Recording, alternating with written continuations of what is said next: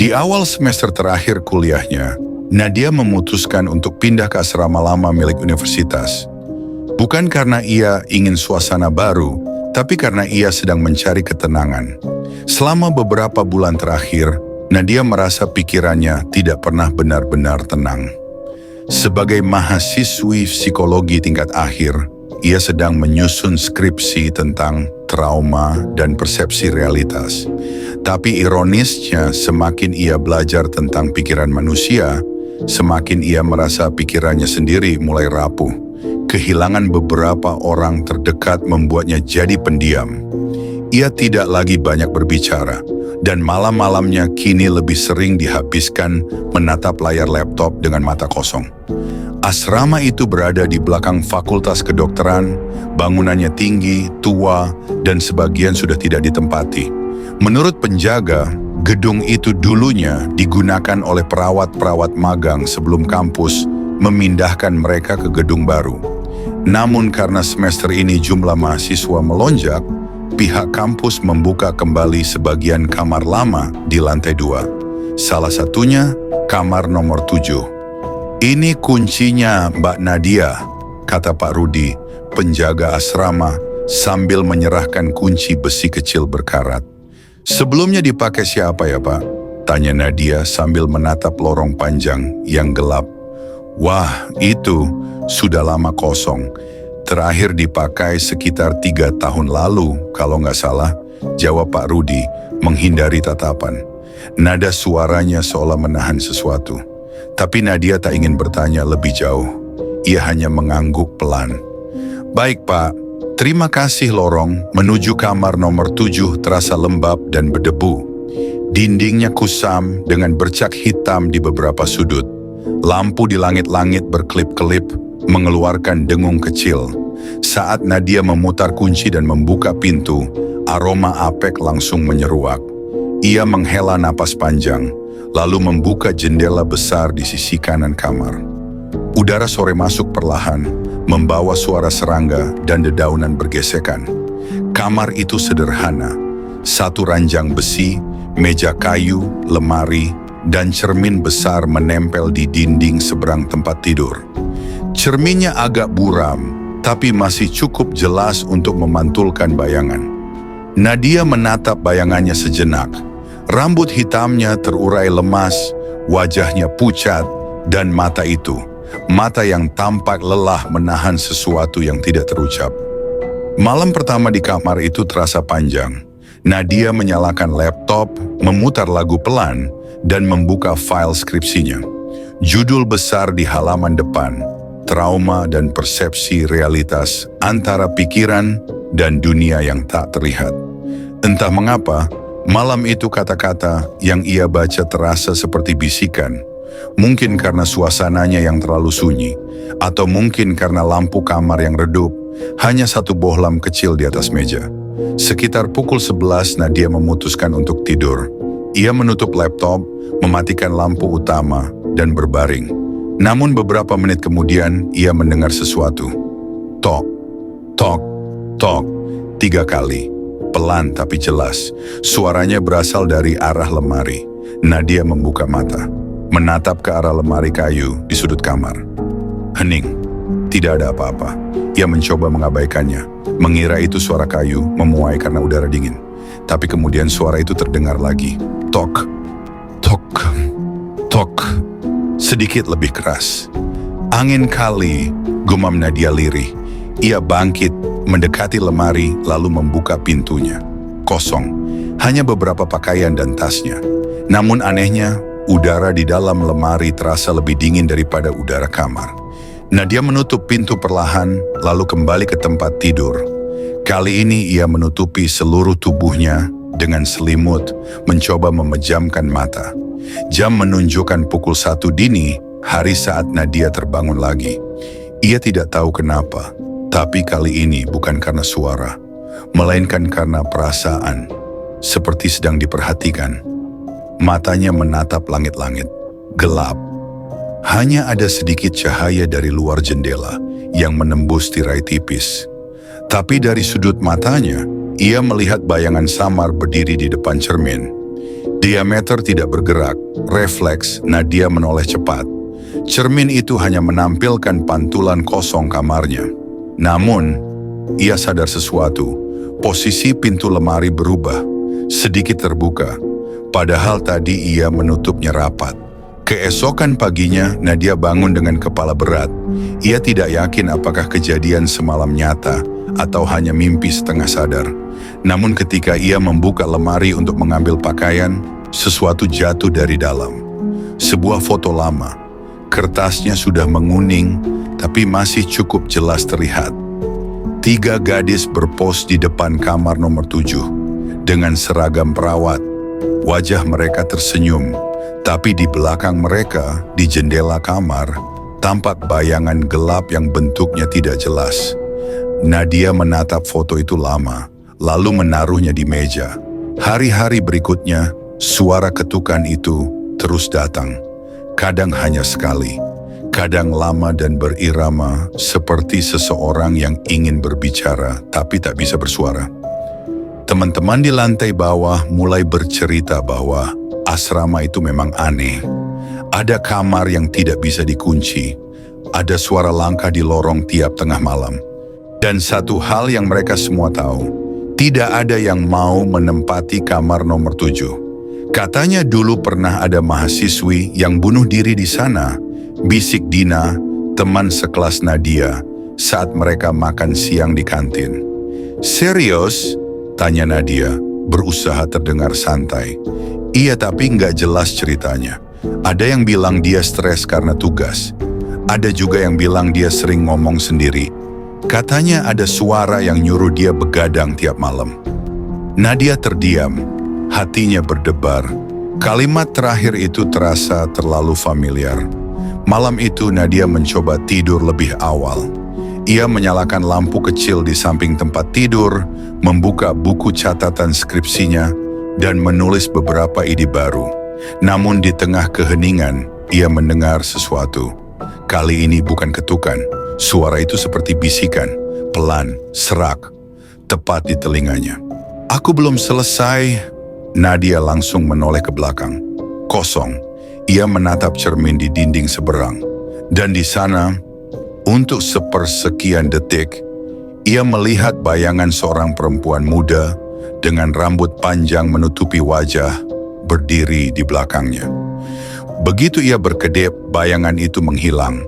Namun jantung Nadia berdetak begitu kencang, hingga tangannya gemetar saat menutup buku catatan. Di luar jendela, angin malam bertiup kencang, pohon-pohon bergoyang, dan dari arah lemari terdengar lagi suara itu. Tok, tok, tok. Tapi kali ini ada sesuatu yang berbeda. Ada balasan dari bawah ranjang. Tok, tok, tok. Dan disitulah malam pertama Nadia benar-benar dimulai. Bukan hanya sebagai mahasiswi yang meneliti trauma dan persepsi realitas, tapi sebagai seseorang yang perlahan mulai merasakan bahwa batas antara pikiran dan dunia lain sedang terbuka. Pagi itu Nadia terbangun dengan perasaan aneh. Kepalanya berat, matanya sembab, dan tenggorokannya terasa kering seperti habis berteriak. Namun yang membuatnya paling terkejut, posisi cermin di kamarnya berubah. Cermin besar yang semula menempel di dinding seberang ranjang, kini miring sedikit ke kanan. Padahal cermin itu cukup berat, tidak mungkin bergeser sendiri. Nadia menatap pantulannya. Bayangan di cermin tampak sedikit berbeda. Entah bagaimana, senyumnya terlihat lebih tipis dari wajah aslinya. Ia memiringkan kepala. Bayangan itu tidak sepenuhnya mengikuti. Ada sepersekian detik jeda, cukup untuk membuat darahnya berdesir dingin. Di kampus, Nadia mencoba mengabaikan perasaan itu. Ia duduk di perpustakaan, membaca buku tentang distorsi persepsi pada individu traumatik. Tapi setiap kali membuka halaman, pikirannya melayang ke kamar itu, ke suara ketukan, ke bayangan di cermin. Sebagai mahasiswa psikologi, Nadia tahu banyak hal bisa dijelaskan secara ilmiah. Kurang tidur bisa menimbulkan halusinasi. Stres bisa memicu ilusi visual dan auditif. Namun yang ia rasakan berbeda. Suara itu terlalu nyata. Dan kini, bahkan ketika siang hari ia merasa ada sesuatu yang mengikuti langkahnya. Sore hari, Nadia kembali ke asrama. Lorong lantai 2 terasa lebih sepi dari biasanya. Lampu-lampu mulai redup. Udara beraroma lembab dan debu. Di depan pintu kamar nomor 7, ia berhenti sejenak.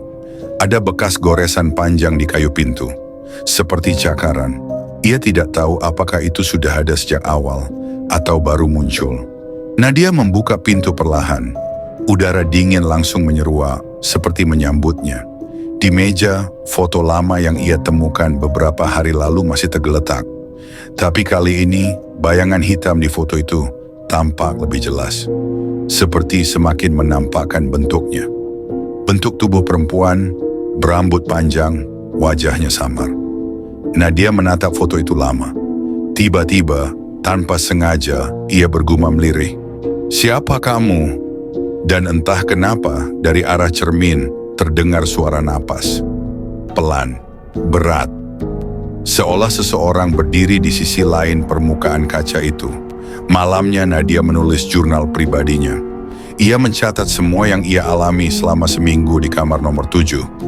"Mungkin aku mulai kehilangan kendali, tapi ada suara yang terus muncul setiap malam.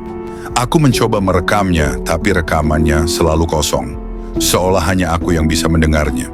Ia menutup buku, mematikan lampu utama, dan hanya meninggalkan cahaya kecil dari meja belajar.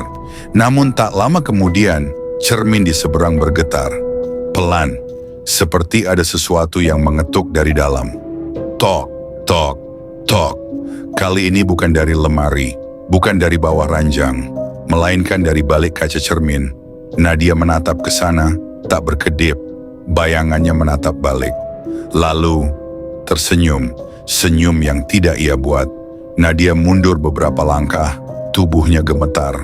Cermin itu kini seperti permukaan air, bergetar, bergelombang, lalu perlahan memantulkan sesuatu di belakang bayangan dirinya. Sebuah ruangan lain, tampak seperti kamar yang sama, tapi lebih gelap. Dan di sana, berdiri seorang perempuan mengenakan seragam perawat, dengan darah mengering di bagian pergelangan tangannya. Perempuan itu menatap Nadia, lalu membuka mulutnya, tapi suara yang keluar bukan kata, melainkan isakan pelan. "Aku belum selesai." Suara itu sama. Suara yang pernah Nadia dengar di telinganya malam sebelumnya. Ia menutup telinga, menunduk, tapi suaranya semakin jelas. Kini terdengar langsung di dalam kepalanya. "Tolong aku, lanjutkan." Keesokan harinya, Nadia datang ke perpustakaan fakultas dan mencoba mencari arsip lama tentang asrama itu. Ia menemukan satu berkas tipis bertuliskan, "Data mahasiswa kesehatan, tahun 1998. Di halaman ke-6, ia menemukan nama yang membuatnya terdiam. Rani Adelia, program profesi keperawatan. Status, meninggal di asrama 1998. Tanggal kematiannya tepat sama dengan tanggal di balik foto yang ia temukan. Dan di catatan penyebab kematian tertulis singkat, bunuh diri, diduga mengalami gangguan psikologis berat, namun ada satu catatan tambahan di bawahnya, ditulis dengan tinta berbeda. Sebelum meninggal, dia sempat mengatakan sering mendengar suara dari dalam cermin. Nadia menutup map itu perlahan. Darahnya terasa berhenti mengalir. Malamnya Nadia menatap cermin lama itu lagi. Sekarang ia tahu namanya, Rani Adelia. Dan entah kenapa, rasa takut yang ia rasakan berganti menjadi rasa iba. "Kalau kamu butuh diselesaikan," bisiknya pelan, "aku akan bantu." Cermin itu diam sejenak. Lalu tiba-tiba permukaannya berubah.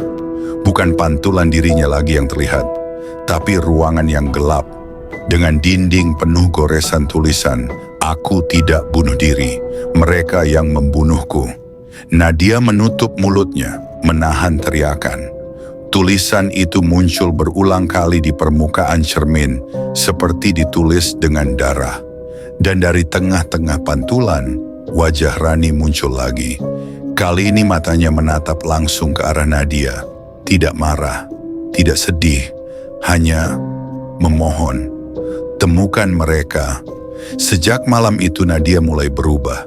Ia tidak lagi ketakutan setiap kali mendengar suara dari cermin.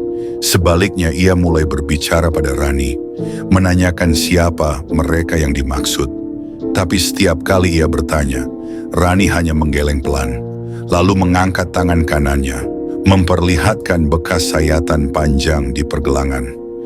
Perlahan Nadia sadar, bekas itu bukan bekas bunuh diri dari arah horizontal seperti kebanyakan orang lakukan, melainkan tegak lurus ke atas, seolah seseorang menarik pisau dari luar, bukan dari dirinya sendiri. Dan itulah malam pertama Nadia yakin Rani tidak bunuh diri. Di luar kamar, lorong asrama semakin sering terdengar suara langkah di malam hari. Teman-teman di lantai bawah mulai mengeluh sering bermimpi buruk. Bahkan Pak Rudi, penjaga asrama, terlihat semakin jarang naik ke lantai 2. Suatu malam, Nadia memberanikan diri mendekati Pak Rudi dan bertanya, "Pak, Rani Adelia itu siapa?" Pak Rudi terdiam lama. Matanya tampak ragu, lalu ia menjawab lirih, "Dia dulu mahasiswi yang tinggal di kamar kamu sekarang." "Dia meninggal karena bunuh diri, kan?" tanya Nadia. Pak Rudi menggeleng pelan.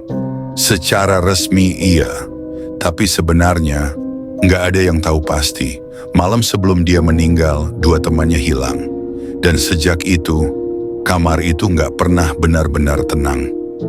Malam itu Nadia duduk di depan cermin, menatap pantulannya sendiri. Rani muncul di belakangnya lagi, samar tapi jelas. Matanya kini bukan lagi memohon, tapi menatap tajam, penuh amarah yang tertahan. "Mereka masih di sini," bisik suara itu. "Dan mereka tidak akan diam sebelum kamu tahu kebenarannya." Bayangan di cermin bergetar, lalu berganti menjadi 3 sosok perempuan lain. Wajahnya kabur, tapi terlihat memakai seragam perawat yang sama. Mereka berdiri di belakang Rani, seperti bayangan samar dari masa lalu. Nadia menatap dengan napas tersengal. "Siapa mereka?" tanyanya pelan. Dan kali ini, Rani hanya mengangkat tangannya dan menunjuk ke arah pintu kamar. Perlahan, dari arah pintu terdengar suara langkah kaki. Pelan, teratur, semakin dekat. Tok, tok, tok.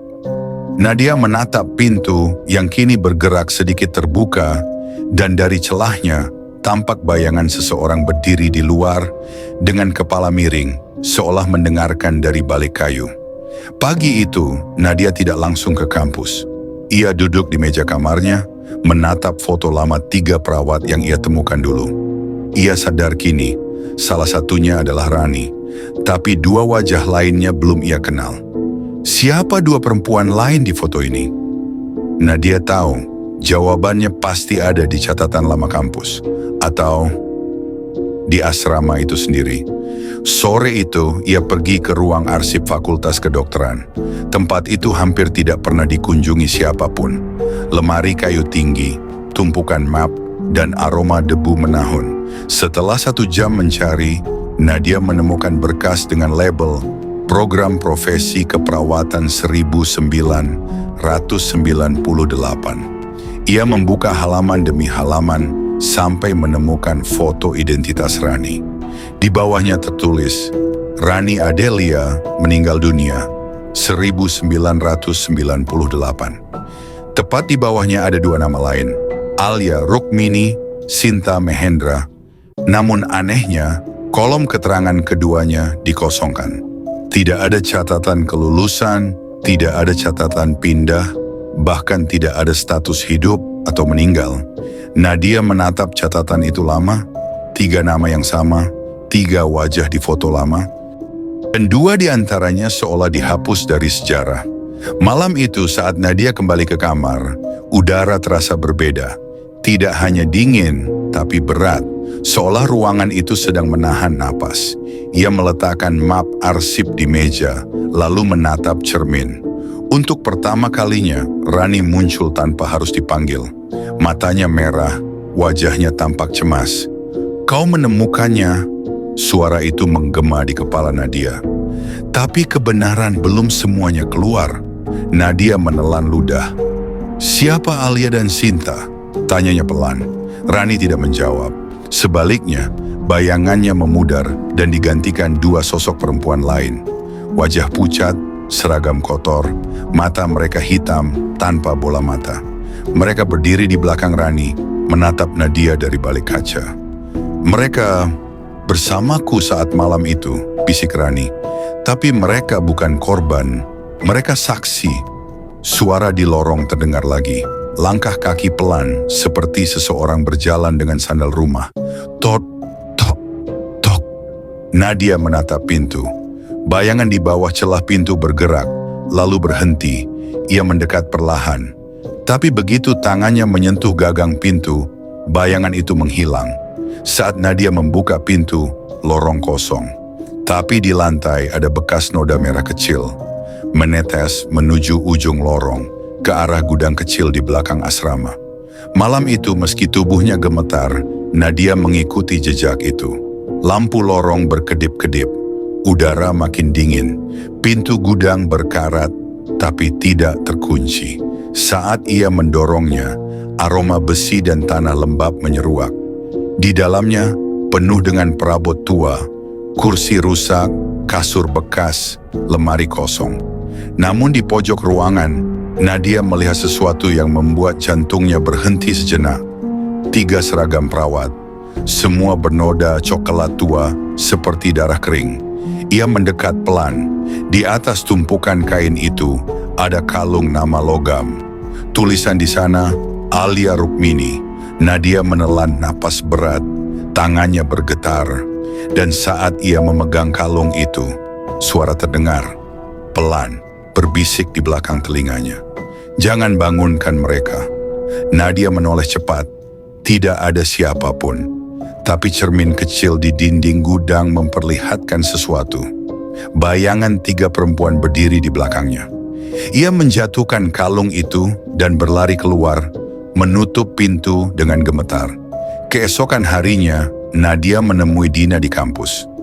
"Din, kamu tahu enggak? Asrama dulu pernah dipakai apa sebelum jadi tempat tinggal mahasiswa?" Dina berpikir sejenak, lalu menjawab, "Setahuku dulu itu bangunan rumah sakit kecil sebelum jadi kampus. Tapi katanya, sempat ada kasus malpraktik." Nadia menatapnya tajam. "Kasus? Iya, tapi udah lama banget. Katanya ada pasien yang meninggal karena kesalahan prosedur. 3 perawat dituduh lalai, tapi mereka kabur sebelum kasusnya selesai." Nadia terpaku. 3 perawat, 3 nama, 3 bayangan di cermin. Malamnya, Nadia membuka laptop dan mulai mencari berita lama di arsip digital lokal. Setelah menelusuri puluhan artikel, akhirnya ia menemukannya. Kasus lama RS Pendidikan tahun 1998. Dugaan malpraktik mengakibatkan kematian pasien. 3 perawat magang diduga terlibat, namun menghilang sebelum penyelidikan selesai. Dan di bawahnya sebuah kalimat kecil yang membuat dada Nadia sesak. Perawat bernama Rani Adelia ditemukan meninggal seminggu kemudian, diduga bunuh diri di asrama kampus. Namun artikel itu dihapus dari arsip publik beberapa bulan kemudian. Malam itu, Nadia kembali menatap cermin. Kali ini, Rani muncul lebih jelas. Wajahnya kini tidak menyeramkan, tapi penuh duka. "Mereka menuduhku. Aku disiksa, mereka ingin aku diam." Nadia tertegun. "Siapa Rani? Siapa yang menyiksamu?" Rani menatapnya dalam-dalam, lalu menoleh ke arah pintu kamar. "Dia masih di sini." Nadia menatap ke arah pintu, tapi tidak ada siapapun. Namun dari balik pintu, terdengar suara langkah berat, seperti sepatu pria. Bukan langkah perempuan. Langkah itu berhenti tepat di depan pintu kamar Nadia. Lalu terdengar suara napas berat dan ketukan 3 kali. Tok, tok, tok. Nadia menahan napas. Perlahan ia membuka pintu. Lorong kosong, tapi aroma rokok menyengat tercium di udara. Di lantai ada puntung rokok yang masih panas. Padahal tidak ada yang merokok di area asrama perempuan. Keesokan paginya, Nadia menemui Pak Rudi di depan asrama. "Pak, dulu waktu Rani meninggal, siapa yang menemukannya?" Pak Rudi terdiam lama, lalu menjawab dengan suara rendah, "Yang nemuin saya. Tapi waktu itu saya bukan penjaga, saya masih petugas kebersihan. Yang nyuruh saya bersihkan kamar itu, Wakil Dekan Fakultas Wakil Dekan," tanya Nadia. "Iya, namanya Pak Surya." Nadia menggigit bibirnya. Nama itu ia kenal. Pak Surya. Kini sudah pensiun, tapi kadang masih datang ke kampus sebagai dosen tamu. Malam itu, Nadia kembali ke kamar. Ia duduk di depan cermin dengan perasaan campur aduk.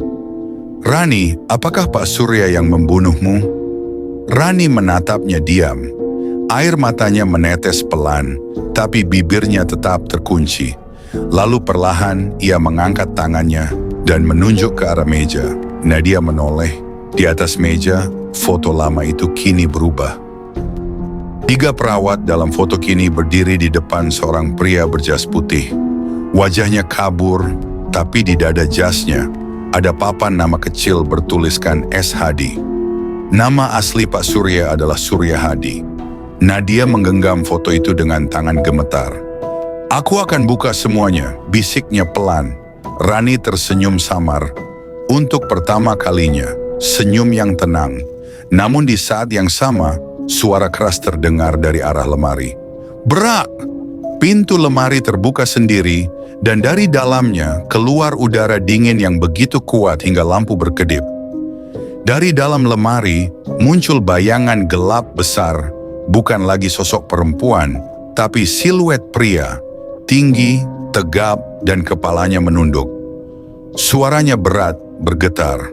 "Berhenti mencampuri urusan yang bukan milikmu." Nadia terjatuh ke lantai.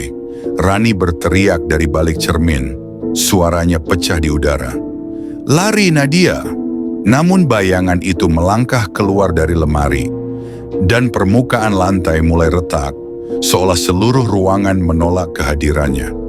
Dan di tengah kekacauan itu, Nadia hanya bisa menatap bahwa apapun yang sedang ia bongkar bukan sekadar misteri masa lalu, tapi dosa yang masih hidup sampai sekarang. Hujan turun malam itu. Langit seperti ikut menangis. Nadia duduk di tepi ranjang, tubuhnya masih gemetar setelah kejadian semalam. Lemari yang terbuka kini hanya menyisakan kegelapan pekat. Namun entah bagaimana, udara di dalam kamar terasa hidup, bernafas, berdenyut, seperti ada sesuatu yang mengawasinya dari segala arah. Ia menatap cermin. Rani tidak muncul malam ini. Permukaan kaca tampak tenang, memantulkan cahaya lampu meja yang redup. Namun Nadia tahu, ketenangan itu hanya sementara. Dan untuk mengakhiri semua ini, ia harus berani menatap kebenaran sampai habis. Meski itu berarti menatap kematian dari dekat. Pagi harinya Nadia menemui dosen pembimbingnya, Bu Ratna. Ia bercerita sedikit, tidak semuanya hanya tentang penelitian tambahan untuk skripsi. Namun Bu Ratna menatapnya penuh khawatir. "Wajahmu pucat, Nad. Kamu kelihatan seperti tidak tidur beberapa hari." Nadia tersenyum tipis. "Saya memang belum tidur, Bu." Ia menunduk. "Saya sedang meneliti hubungan antara trauma dan penglihatan halusinatif." Bu Ratna menghela napas pelan.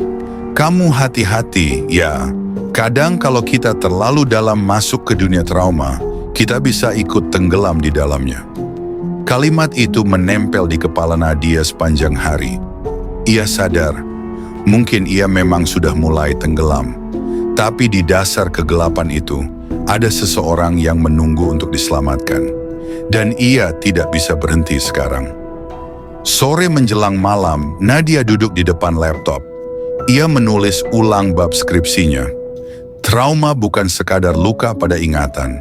Ia adalah pintu yang terbuka antara dunia nyata dan dunia yang ditinggalkan. Tangannya berhenti sejenak. Ia menatap cermin.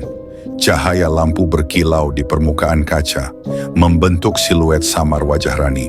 "Rani," bisiknya, "aku tahu siapa yang melukaimu." Bayangan itu muncul lebih jelas. Rani berdiri di sisi lain kaca, wajahnya sayu, tapi matanya bersinar lemah. "Katakan padaku." "Pak Surya," jawab Nadia. "Dia yang membuat kalian dituduh. Dia yang menutup semua berkas." Cermin itu bergetar. Suara seperti angin kencang bergema di kamar, tapi Nadia tetap duduk tenang. Rani menatapnya, kemudian berbisik lirih, "Kalau begitu, bantu aku keluar."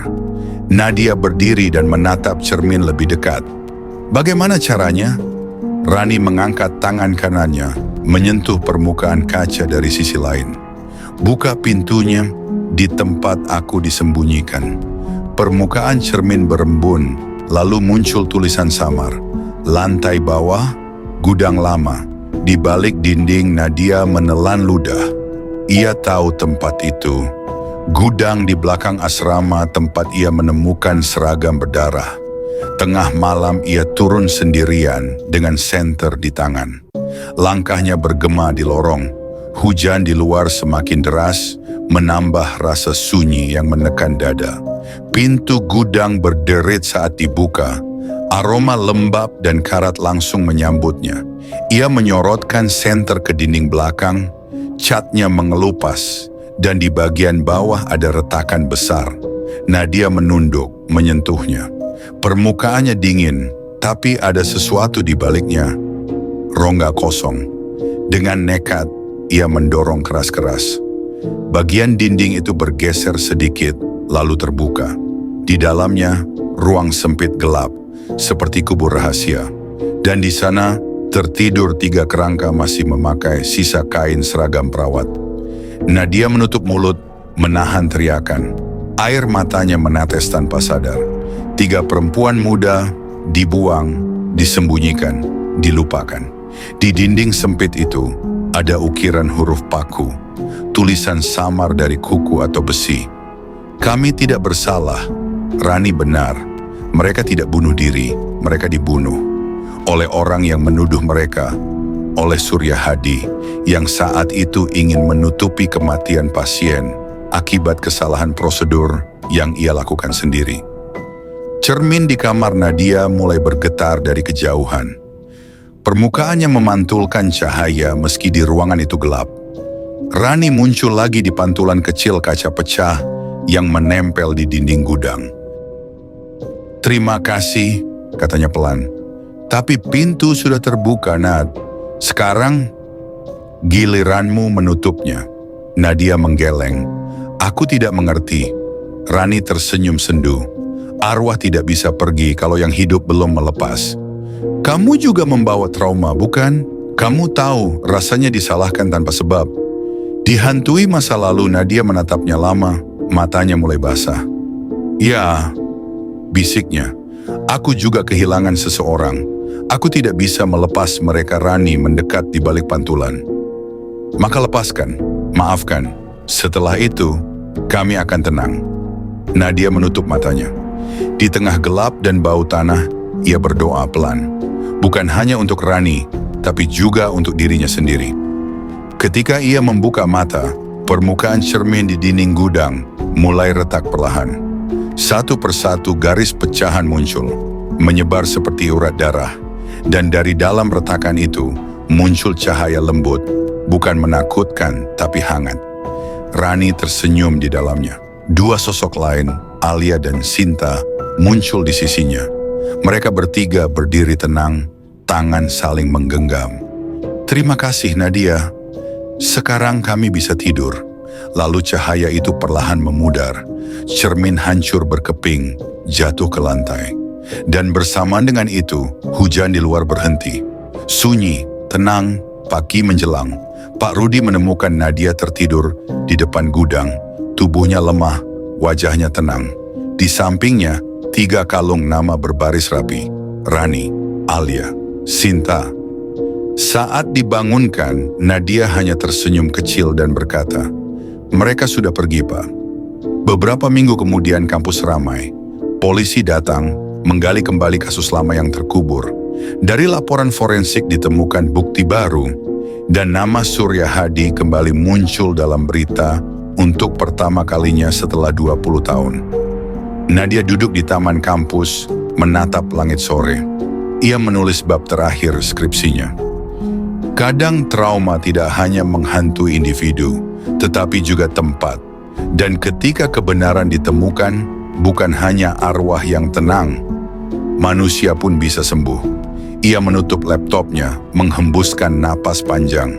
Untuk pertama kalinya setelah sekian lama, dadanya terasa ringan.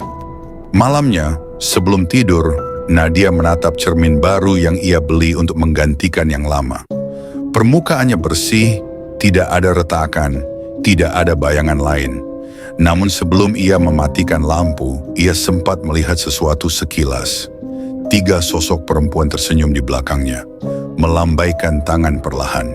Ia tidak terkejut, hanya tersenyum kembali dan berbisik lembut, "Selamat tidur, Rani." Lampu padam, keheningan sempurna, dan untuk pertama kalinya sejak tinggal di kamar nomor 7, tidak ada suara ketukan sama sekali.